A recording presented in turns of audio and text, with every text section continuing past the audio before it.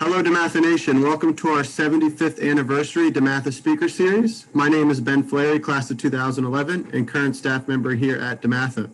I'm joined today by current staff member Connor Glowacki and current principal of DeMatha High School, Dr. Daniel McMahon, who will be assisting me in conducting today's interview with author, historian, and journalist, Mr. David Freeland. David is the author of the upcoming book, American Hotel, the Waldorf-Astoria and the Making of a Century, which is set to be released on May 14th of this year. Known internationally as a symbol of elegance and luxury, Manhattan's Waldorf-Astoria is one of the world's most famous hotels, and it housed many political leaders and stars such as Frank Sinatra, Martin Luther King Jr., Eleanor Roosevelt, among many others.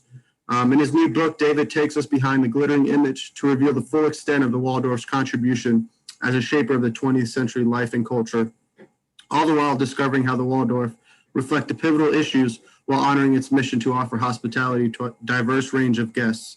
American Hotel is both a chronicle of a great city and a testament to the influential position hotels have occupied within the urban landscape. Now, David is a historian and journalist who has written for the Wall Street Journal, New York History, Time Out New York, just to name a few, and as well has appeared in episodes of NBC TV's Who Do You Think You Are and Secrets of New York. In addition, David is the author of Automats, Taxi Dances, and Vaudeville, and he currently lives in New York, where he leads walking tours and gives lectures on the city's culture and history.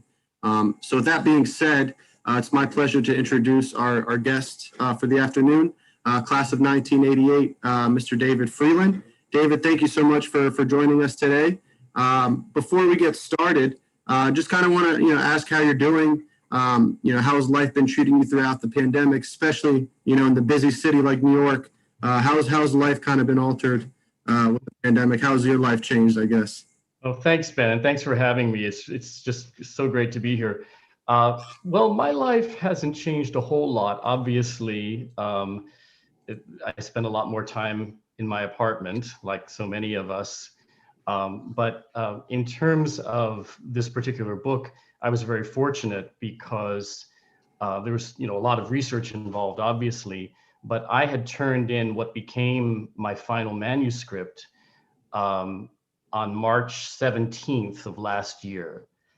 And obviously I made edits and I worked on the manuscript after that, but the core work was done. So for me, I've just been extremely thankful, Ben, because had I still been working on the book and had I still been researching, I'd be stuck right now because so many of the archives that I go to, the special collections, the libraries and so forth have been closed or else only available by special appointment. And researchers don't have the freedom right now. So I don't know what people are doing, those who are researching books now. I just don't know how they're navigating all of that. So mostly, I've just been really thankful and have been healthy. My family and friends have been healthy. So I'm just thankful for that. Fantastic. Thank you, David. Now, I think I may steal David DeLuigi's question a bit, but just kind of wanted to get your inspiration behind the book, writing about the Waldorf-Astoria. And was there like a particular instance or something that maybe sparked your interest about the Waldorf-Astoria? How did you kind of get started, with your research and eventually writing a book about it? Well, I love writing about cities. I love cities just generally, and I've written a lot about cities and about New York in the past and culture. The Waldorf sort of merges architecture, culture, cuisine, so many politics, so many different components of our nation's life and history. The specific idea for this project actually came through my agent. She was the one initially who wanted to do it. And when she suggested it, I considered it. I knew it would be maybe challenging because hotels can be difficult to write about just because of the transient nature. They're transient by definition. And it's really easy to kind of fall into a pattern of just sort of creating this revolving door, and this person stayed there and this person. And obviously I needed to find some root there, a foundation upon which I could build the book as a narrative. But the more I realized about the contributions that this particular hotel made and what it meant and the significance that it had to the life of not just the city, but the country, and even at times the world throughout the 20th century, I realized that this would just be a tremendous joy and opportunity to work on. And that's what it became. David, thanks for joining us again today. Thanks, Connor. Yeah. Being an author, historian, and journalist, was that something you wanted to do since you were growing up? Maybe that what you wanted to do while you were at DeMatha? Yes, it's interesting. I don't know if any of you remember the Journal newspapers. I don't know if they're still in circulation, but the Journal, each county around Washington had its own edition of the Journal. And I wrote, starting when I was 14, I wrote for a kids newspaper column that was syndicated, that it was called It's a Small World. And I began writing for them when I was 14, and I did that all throughout my time at DeMatha, in addition to, writing for the paper at DeMatha, of course, in the yearbook. But the great thing about writing for the Small World column is that we covered so many current events. We interviewed significant figures. We wrote about the world and our lives and our places within the world. And we were doing that as young people.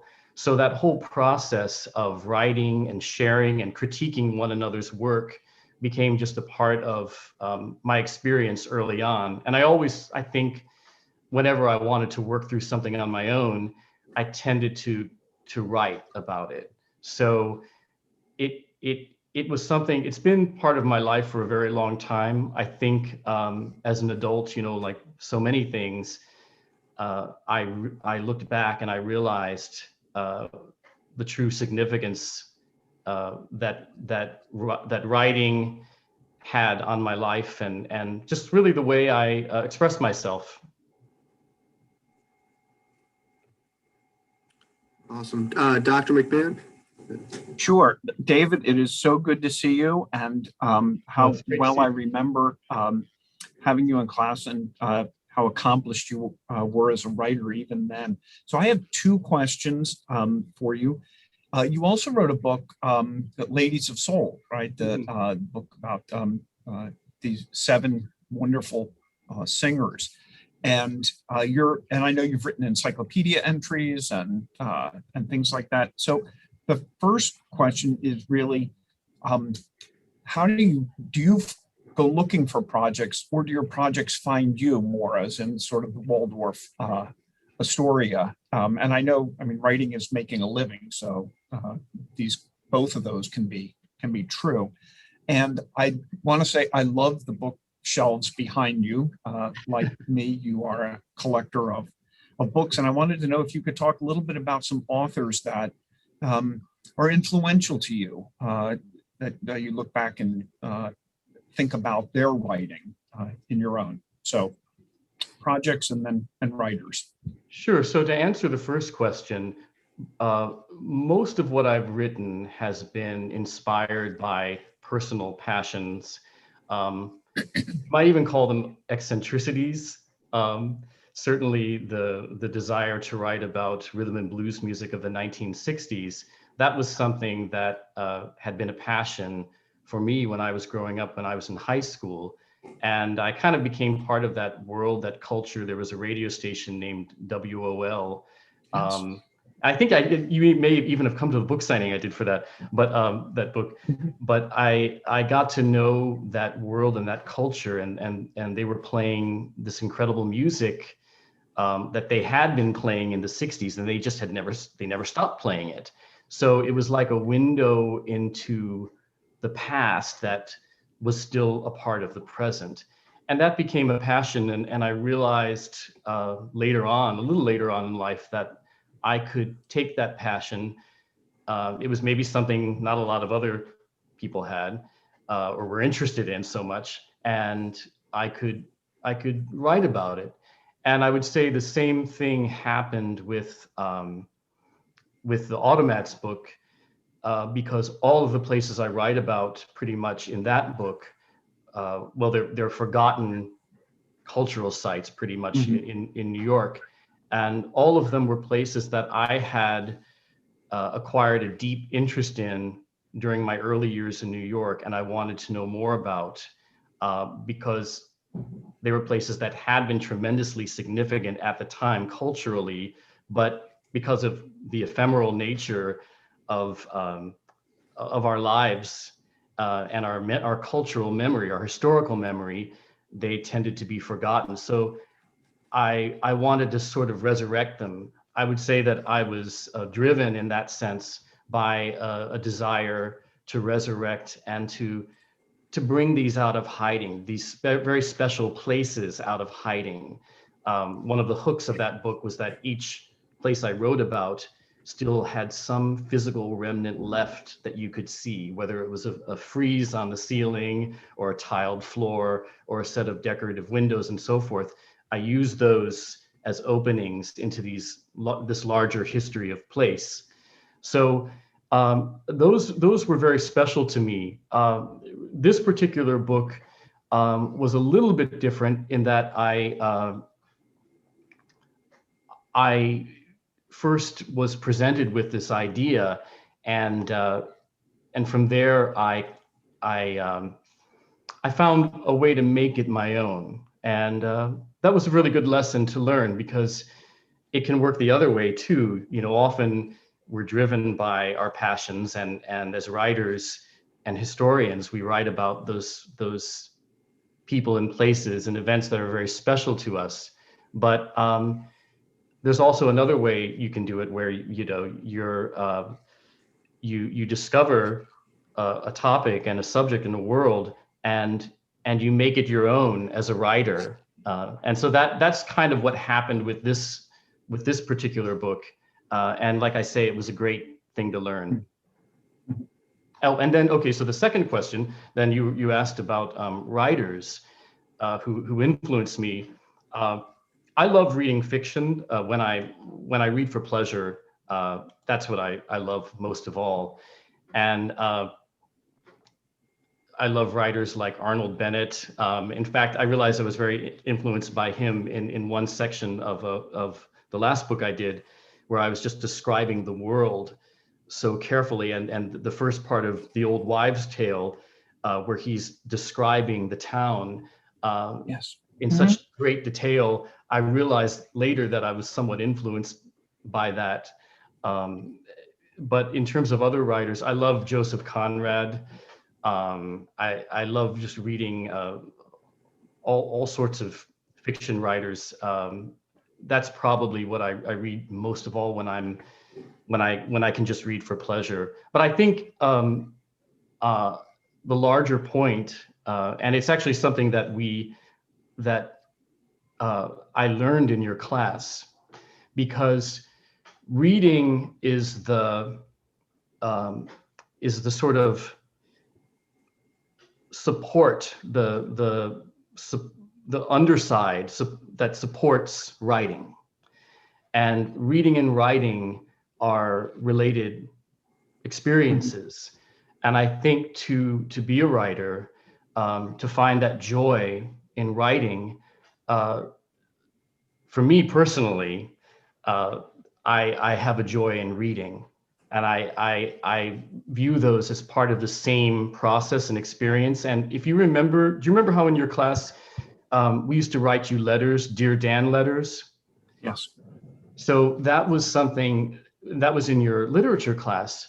And I think maybe that helped reinforce for me the relationship between reading and writing, because we were reading in your class, and then we were writing about what we had read, but we were also drawing in larger experiences in the world. So we had that free reign to explore. I think that was a very significant thing you did, because a lot of times I speak with writers or those who want to write books, and they don't seem to really enjoy reading so much. And I think the two experiences are related. Each one reinforces the other. So can I just follow? Thank you, David. Can I follow up with one sort of related question?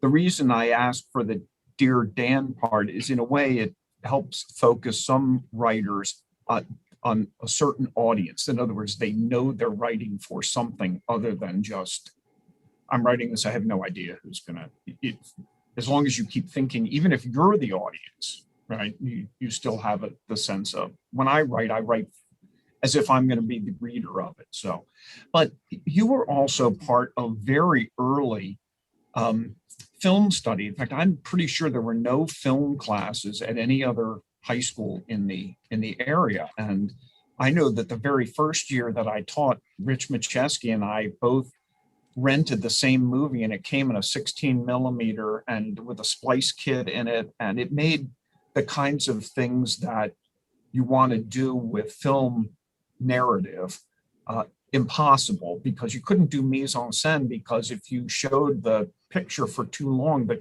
bulb would burn the film and you'd have to then splice it. And not only that, it was incredibly expensive. But once VHS came in, even those were expensive, but we did manage to get along with that. But I credit you and Carl Rohner and several of the other guys who I had in those early film classes with really helping me think through film as narrative. And I use lots of more film now. I teach in my world literature class. I spend time on film from other countries.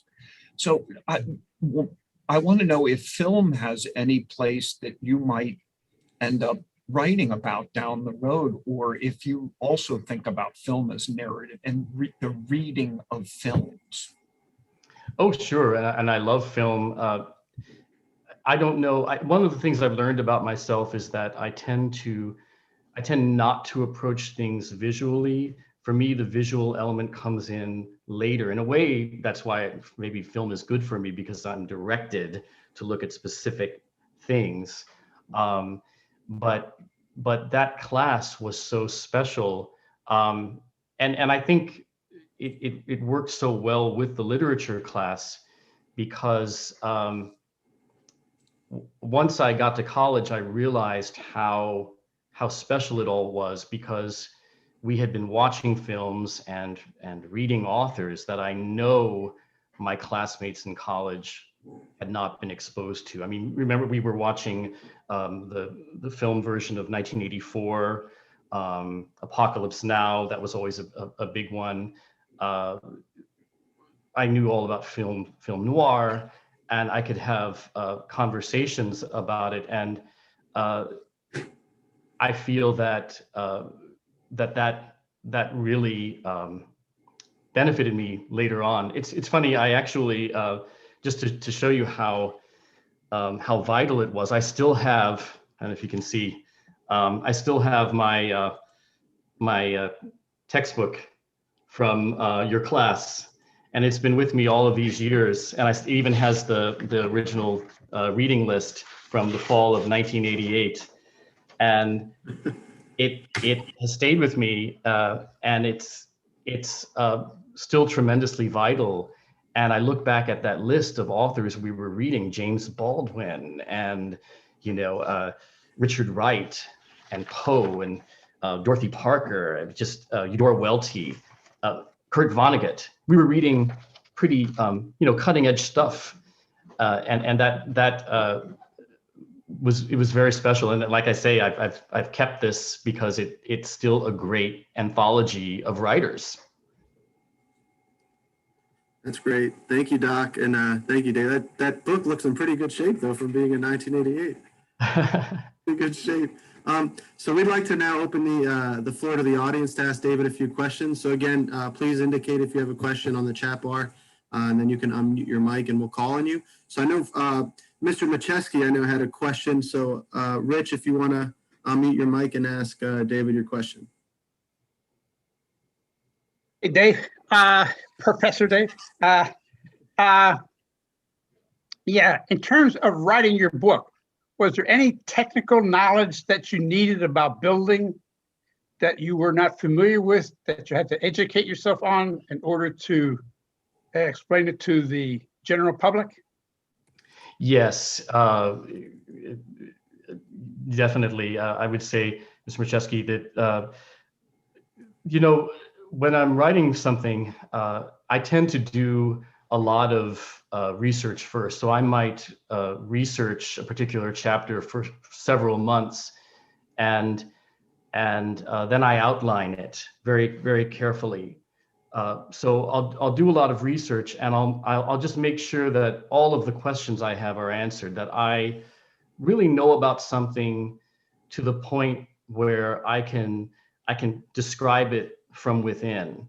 And I want to be able to get that level of detail, hopefully, so that perhaps certain things I'm not so familiar with or only have a passing knowledge of, I become, for that period of working on a chapter, quite knowledgeable. I think one example in this particular book relates to construction methods in the late 1920s, just the way that this building was constructed, because the Waldorf-Astoria as a building was erected on top of railroad tracks. So it was erected on these massive pylons that straddled train tracks that were running out of Grand Central Terminal. So the whole building was constructed 47 stories while passenger trains were running below. So I had to be able to understand the whole construction process,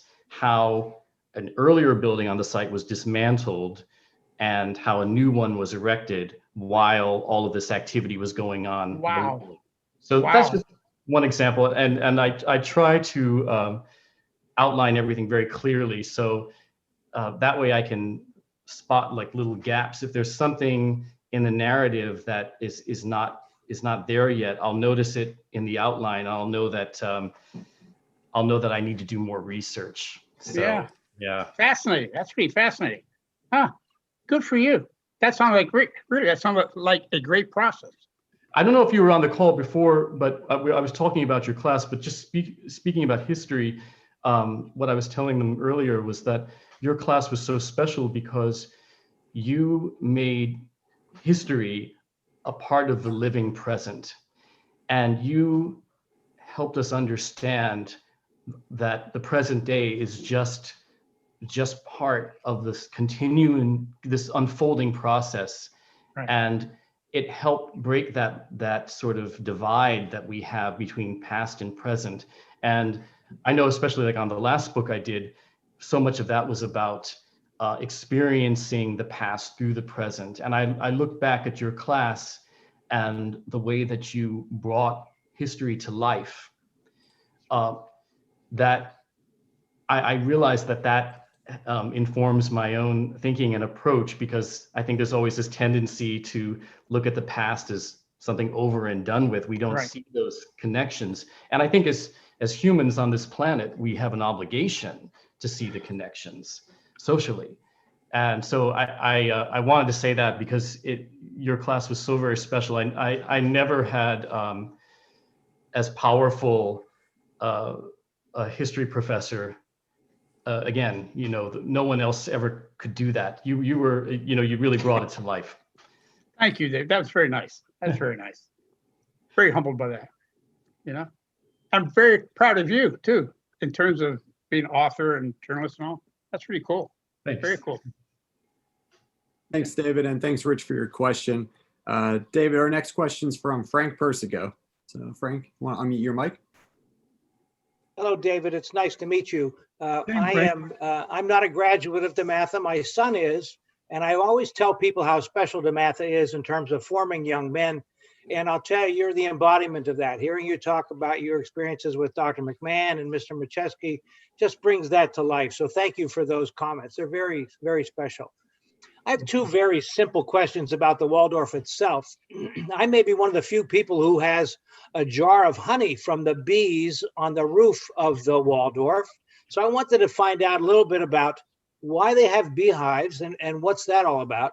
And the second thing is, I wondered if you could talk a little bit about the iconic clock that's right there in the lobby of the Waldorf.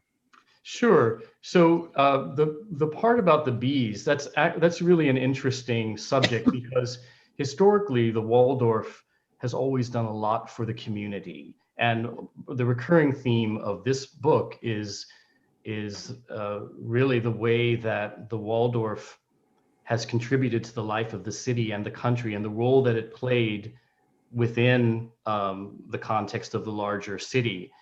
The Waldorf was always community oriented. It was always looking for ways to serve the community, really in ways that we don't necessarily think of hotels doing so much now. But throughout much of the 20th century, one of the things I learned was that hotels had a mission, very much a mission to open doors, to show hospitality, to welcome, and to serve the community. And the thing about the bees is part of that. There actually was a lovely little book written about the rooftop bees. But the garden was created in part to help preserve bees and also the whole process, but also the Waldorf was very much involved with providing food for the community and the homeless. And next door to the Waldorf is St. Bartholomew's Episcopal Church, and they were very much involved with. They always have been involved with feeding the homeless, and they have a very, very large program devoted to that, a soup kitchen. And early on, the Waldorf the Waldorf found ways to help, and the director of the head chef at the time oversaw the production of honey on the rooftop. But that was all part of a larger initiative to donate food and to create food for the homeless.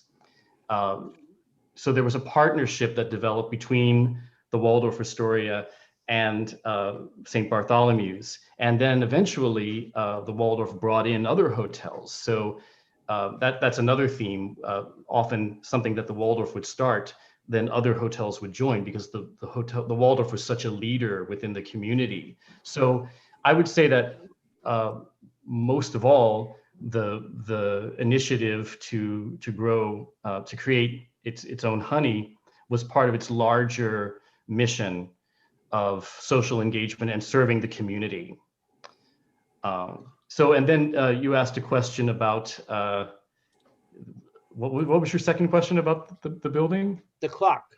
Oh, the clock. Yeah, that clock came from the World's Fair of 1893 in Chicago. You know, so much has been written about the World's Fair, Devil in the White City, you know. That clock came from there. And it's actually being restored now. It has been restored, and when the building reopens, it's going to go back. But it had Westminster chimes, and you would walk through the lobby, and it's just this wonderful euphonious experience. Every 15 minutes, they would chime, and it's really beautiful. Look forward to seeing it when it's restored and back in place. Thank you, David. Thank you, Frank. Great questions. We'll go to Chris Hanley. Chris Hanley, if you want to unmute your mic, and then we'll get to David Aldridge after. Go ahead, Chris. Hey, David. Appreciate you taking the time to do this. Thanks, Chris. Maybe a broader question, but I don't know how you indicate. I don't even. a broader question just around sort of how being an author has changed over the last, let's call it 20 years, as you've gone from, you know, everyone buying books at the bookstore to downloading books on Kindle. How has that changed the economics, and has that made it easier or harder to make a living as an author? Well, truthfully, I don't make all of my living as an author. Yeah, I still have a day job. I work as an agent within the Broadway theater world. I would say it's really difficult to make a living as a writer. I've tried it a couple of times, and I always had the Broadway theater job to fall back on because I needed it. So it's hard no matter what you do. And you have to, I think, whatever you write, whatever book you do, you have to think more in terms of the long term. Now I'm getting royalties on my last one because the advance is paid off. So you have to think some years into the future. As a writer, you usually do get an advance, but a lot of that really goes to cover expenses and costs, travel, research, buying a new computer, everything. So it's probably, I wouldn't say that the way that people are now reading books, online and through Kindles and so forth, I don't know if that's really changed a whole lot, the experience from an author's perspective. We still sort of have to do the same things. I will say that initially when ebooks came out, they were so new that on my last book, my agent at the time had negotiated a really great royalty rate for electronic books, and my publisher at the time then tried to revise the contract and to give me a smaller commission on that because they realized what they had done. But the work, I would say, is really the same. Yeah. Hey, Chris, thanks for your question. David, our next question is from David Aldridge. So actually, real quick, David. So David just messaged me. He said, unfortunately, I have to jump off for an interview that just came available. Duty always calls, he said. But please offer my regrets to David. I'll read his question for you here, David. He asks, let me find it here. So David Aldridge said that he was in the Waldorf lobby once for several hours. He said, don't ask me why. But he said while he was there, he saw Bill Murray walk in, no entourage, no handlers, no one.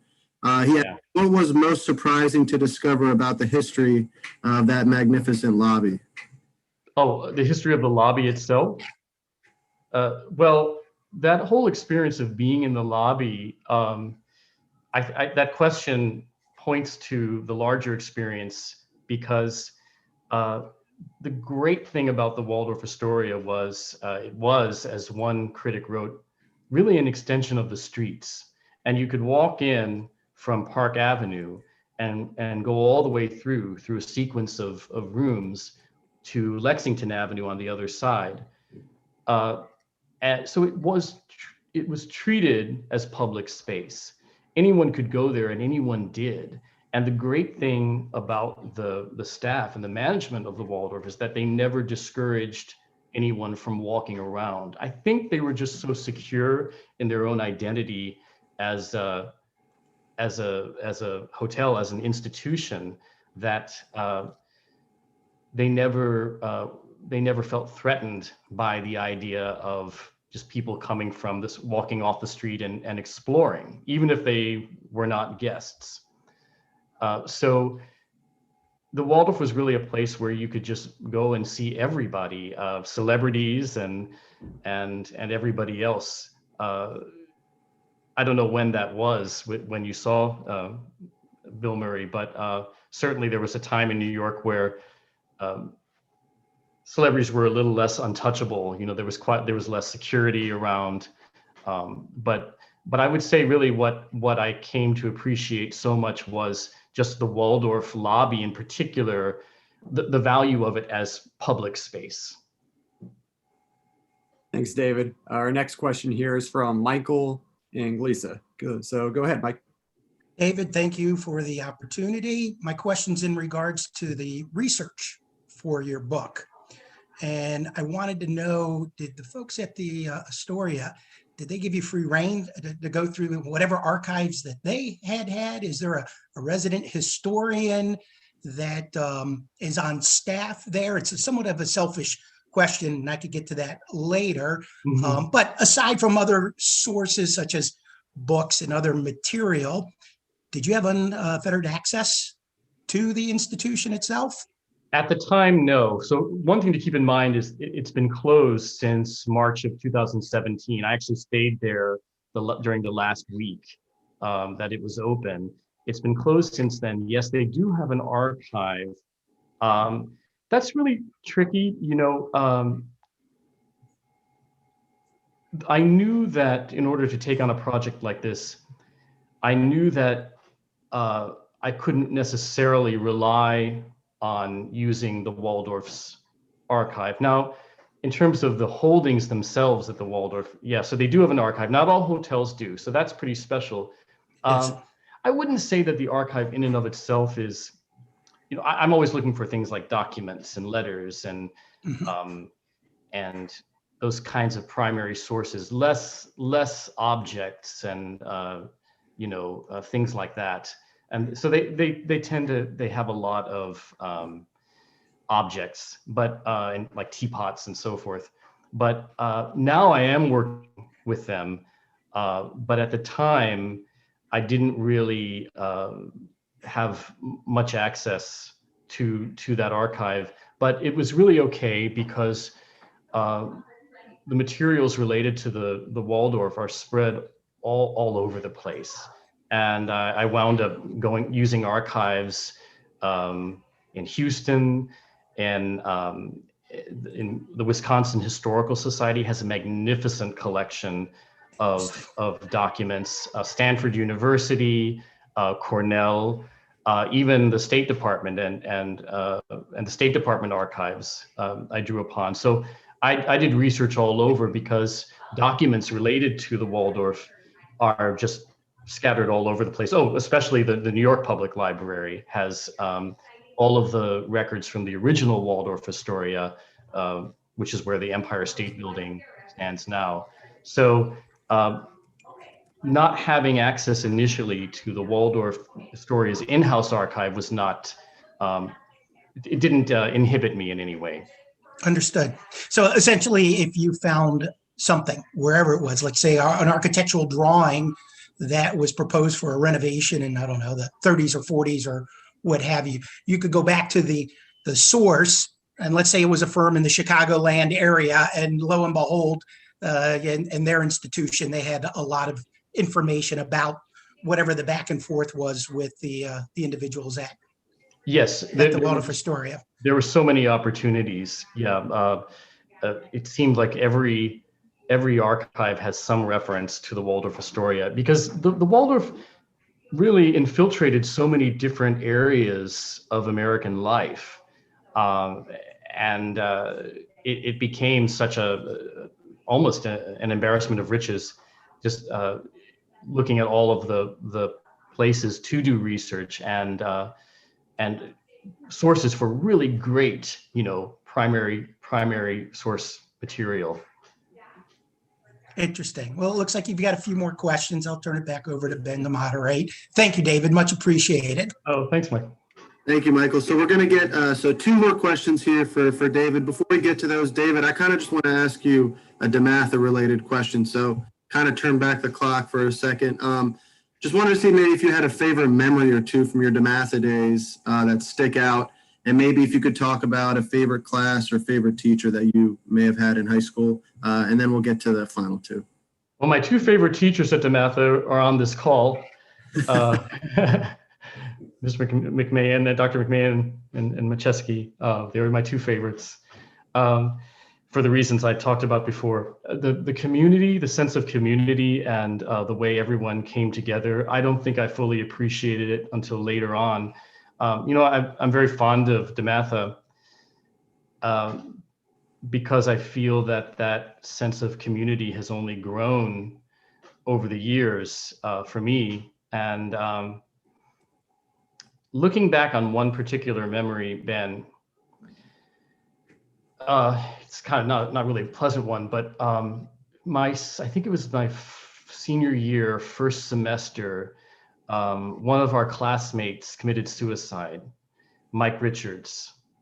I don't know if you heard about that, but it's like he was there in the afternoon and just himself. I didn't know him well, but he was himself and he just seemed fine. And then we found out that night that night he had gone home and shot himself. And it was just so shocking for us. Everything stopped for 2 days. And the whole school came together and it just became a forum for voicing our thoughts, our experiences, fears, insecurities, the whole notion of just grappling with death at 16 or 17, at that age was so terrifying, and DeMatha allowed us all to take that time to process it for ourselves and to share, and it really that really has stayed with me. That whole experience, even though I didn't know Mike well, but still he was a classmate. So I'm sorry to hear about that, David. Thanks for Dave, DeLuise, you remember Mike, right? Oh, he's not here anymore, but yeah, no, I certainly remember Mike, and Bernie Corey is on the line too, who was very close with Mike. Yeah. And I too agree that was a pivotal moment for our class specifically, and I think there are some other reasons that helped galvanize our class, but for sure, when I think of the DeMatha Brotherhood, I think of those 2 days. That's what I think about. There were other experiences related to serving community, things that we got involved with. At DeMatha, you just got involved with so much. It's like no one was ever telling you, no, don't do that. It was always, yeah, do it, come on, and it was just so encouraging. I was in band, I did worked on the yearbook, the paper, as I said, and I think that it was great not to sort of to not see those kinds of limits put on a young mind. Thanks, David, for sharing. We got a question here from Patrick Clancy. Thanks, Ben. Before I get to my question, I just want to pick up on something that you have just been talking about. I'm class of 63 at DeMatha, and we had a total student body there of about 400. And in our particular class, we had about 75. And I'm just so pleased to hear about the continuing sense of community and brotherhood. There was always a sense that I had that the size of the school meant so much at that time. I mean, there were 400 students who were clearly brothers, and there was virtually no distinction among classes, seniors and freshmen, et cetera. So I'm delighted to hear that has continued to the present day.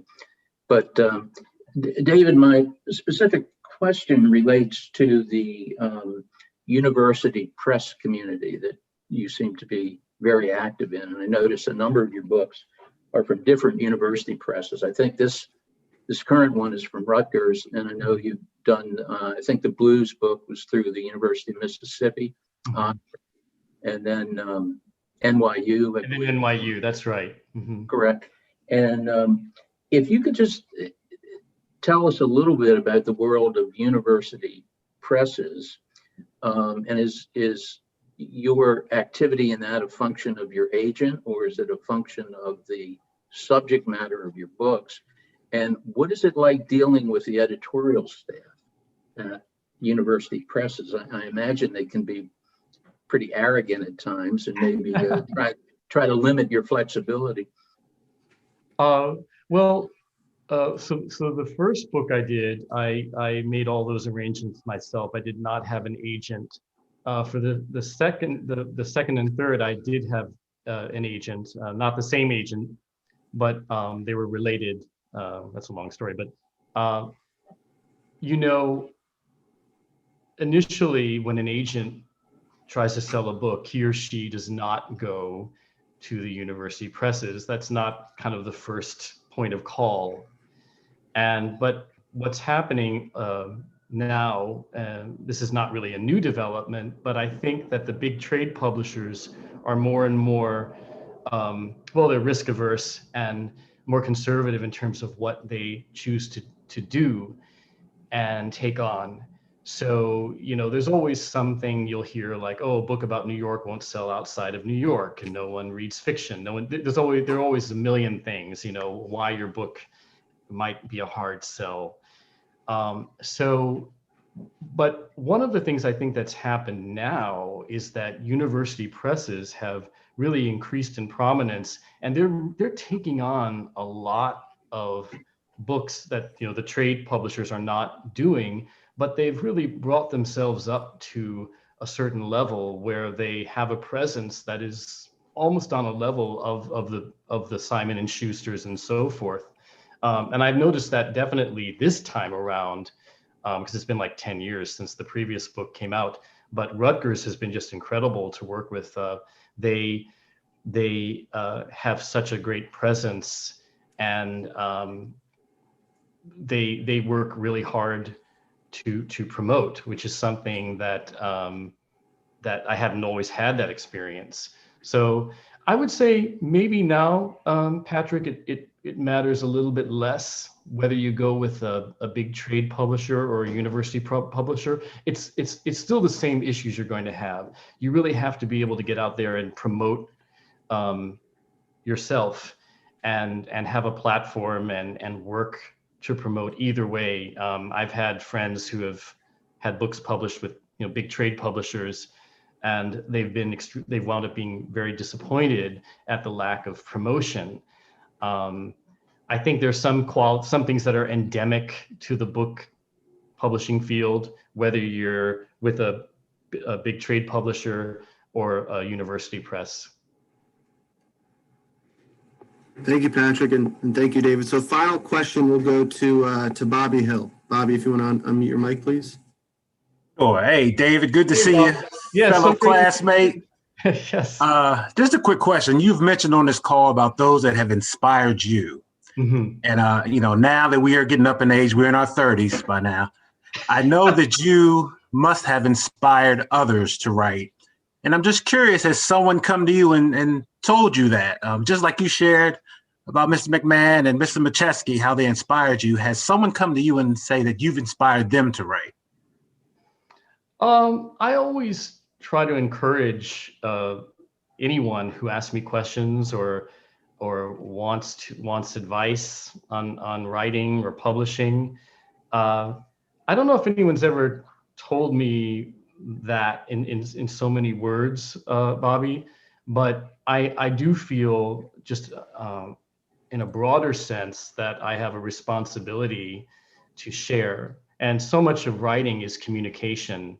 It is about sharing and giving something back. You know, I try to find ways to give back to the city. The city's been really good to me. So I try to do things, whether it's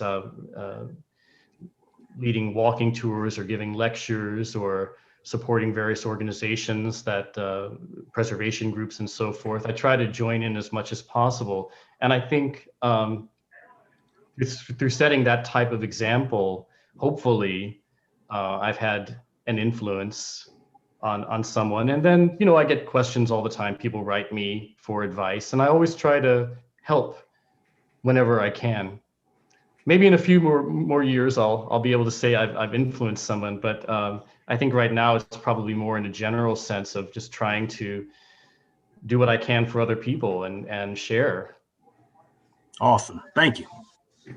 Hey, Ben, I'm just going to jump in real quick and just, I know you're going to wrap it up, but David, thanks for joining us. And, you know, maybe to add to Bobby's comments, you and Rich said this, but you were a very important alum, not just for DeMatha, but especially the class of '88. And I think it's really interesting too that Bernie is here, because in my opinion, I would say that in our class and probably in our era, the two of you were probably the most intellectual students that we had. Bernie on the math side, and certainly you on the literature side. And we're very honored to have you guys as members of our class and graduates of our school, and to see what you guys have gone on to do. So thank you for spending time with us. Amen. Well, it's been great to be here, and I feel certainly proud of our class, and Dave, the way you've kept us all in contact, I think has been really special. Thank you, Dave. Real quick, Frank Persico wants to know, Dave Freeland, if they buy the Waldorf-Astoria book, can they send it to you for signature? Is that okay? Oh, sure. Awesome. And just for everyone so May 14th, 2021, it's available on Amazon. Are there any other platforms that you can get Waldorf-Astoria on, Dave? Oh, pretty much everywhere. Actually, if anyone wants to be in touch with me, or Ben, I can pass it to you. I have a discount code that my publishers gave me. They like it if you order directly from them. It saves the middle party, and they've got like a 30% discount code that you can have. So Ben, I'll send that to you, and anyone who wants it can use it. They've told me that the code won't expire. Okay. Yeah, let's do that. And then as we conclude, just got to put my advancement hat on for a second. So just like to ask for everyone's support for the Fund for DeMatha, which is critical to the school in support of our ongoing mission of educating faithful gentlemen and scholars. You can always give online at www.dematha.org or email me at bfleri@dematha.org if you have any questions. So as we conclude, David, thank you so much for joining us. Everyone for your terrific questions. And for David for taking time out of his busy schedule. It's been a real pleasure, listening to all your great stories from your DeMatha days and all your insight and information on your new book coming out on May 14th. So, David, again, if you're ever near campus in Hyattsville, please stop by. Love I will. Lunch and say hello. But until then, stay safe, everyone, and thank you again for joining us today. Thanks to all of you.